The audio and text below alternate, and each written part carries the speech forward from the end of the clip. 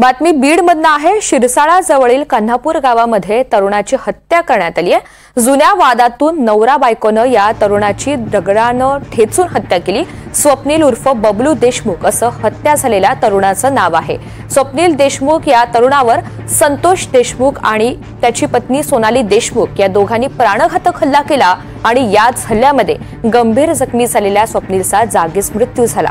पोलिसांनी या दोन्ही आरोपींना आता अटक केली आहे।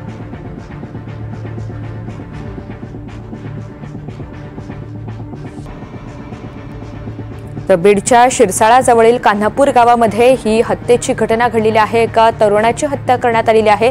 जुन्या वादातून नवरा बायकोनं या तरुणाची दगडानं ठेचून हत्या केली।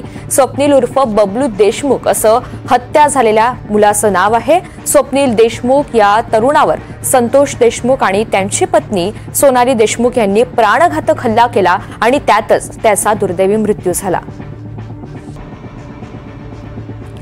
या सगळ्या संदर्भात अधिकची माहिती देण्यासाठी आपल्यासोबत बीडचे प्रतिनिधी विनोद जिरे आहेत।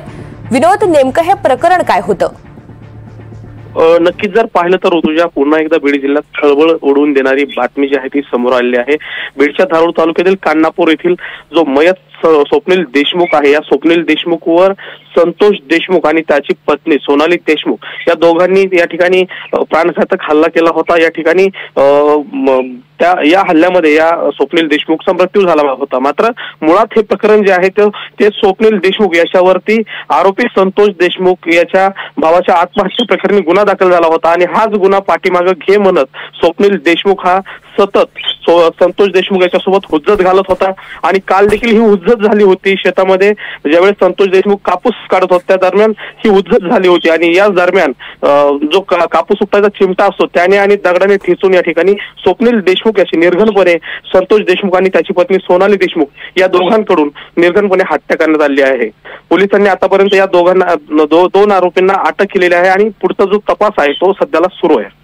धक्कादायक घटना म्हणावी लागेल आणि गेल्या काही काळामध्ये बीडमध्ये नेमकं काय सुरू आहे हा सवाल याच निमित्तानं उपस्थित होतोय। धन्यवाद सविस्तर माहितीसाठी।